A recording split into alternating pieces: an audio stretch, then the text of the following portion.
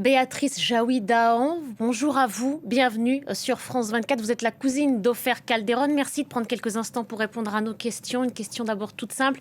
Quelles ont été les premières émotions qui vous ont parcouru à la découverte des images d'Ofer, enfin libre?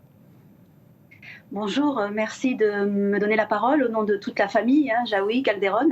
Vous imaginez bien un immense soulagement de voir Ofer vivant déjà, simplement vivant, très amaigri, très fatigué, très digne, tout en retenue, mais il était là, de retour parmi les vivants et on a soufflé très fort, vraiment.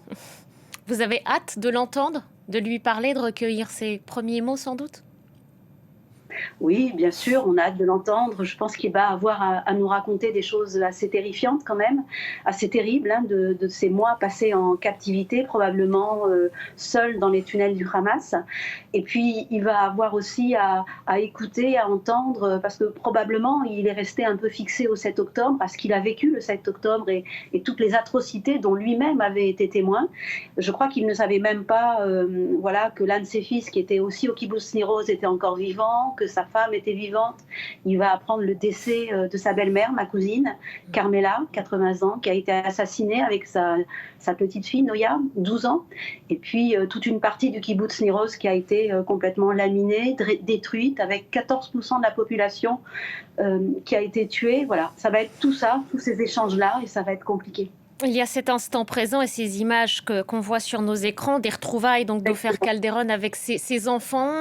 On rappelle l'histoire de cette famille, Béatrice Jaoui Dahan. Ces deux enfants avaient été aussi enlevés par le Hamas le 7 octobre 2023. Ils avaient été, eux, libérés plutôt dans le cadre de la première trêve. Oui, au kibbutz Nir Oz, ils ont été enlevés tous les trois en même temps, quasiment. On avait vu des images terrifiantes de Erez qui était kidnappé sur une moto par des Palestiniens, par le Hamas. Et mon cousin Ishaï en Israël qui nous disait on a une bonne nouvelle, on a vu Erez être enlevé par le Hamas. Et vraiment, on n'a pas compris. Et on a fini par comprendre qu'il était vivant et que c'était ça le plus important. Voilà. Je me permets juste, parce que au nom de toute ma famille, au nom des Israéliens, voilà, de vous dire que cette sortie aussi de Yarden Bibas de cet enfer, on a une grande pensée pour lui, effectivement, comme vous l'avez dit précédemment. Sa femme et ses enfants ne sont pas avec lui. On n'a pas de bonnes nouvelles, on n'a pas de nouvelles, et vraiment, il y a quelque chose d'absolument inhumain par rapport à ça. Oui, parce qu'il n'y a toujours pas de nouvelles, et vous le dites, de Shiri Bibas, Ariel et Kfir. Béatrice Jaoui Dahan, j'imagine que vos pensées vont aussi à la famille de Ohad Yahalomi, un autre franco-israélien, toujours captif à Gaza. Ouais. Merci de le rappeler. C'est important de les nommer, de les citer, de les rappeler. Il est toujours en captivité. On n'a pas de nouvelles du tout. Vous êtes en lien avec sa famille, Béatrice Jaoui Dahan? Vous êtes en lien avec la famille de Ohad Yahalomi? Alors pas directement, mais en Israël, vous savez que sur cette place des otages et sur ces nombreuses associations de familles, tout le monde est en lien. On en a, bien sûr. On n'a pas eu quasiment non plus de lien avec le gouvernement français. Ah, et Emmanuel Macron, justement, alors qu'il s'est réjoui de la libération d'Ofer Calderon et qui assure que la France mettrait tout en œuvre aussi pour parvenir à la libération donc, de cet autre ressortissant franco-israélien, Ohad Yahalomi. Comment est-ce que vous accueillez cette déclaration, ces mots-là? On va lui faire confiance, c'est notre président de la République, je le respecte. On va lui faire confiance. Voilà, je sais qu'il avait rencontré mes cousines Hadas et Galit, qui a perdu sa mère et sa fille au tout début, juste après le 7 octobre, quand il est venu en Israël. Il a fait preuve de beaucoup d'humanité. Maintenant, il faut tenir, il faut continuer, il faut se battre.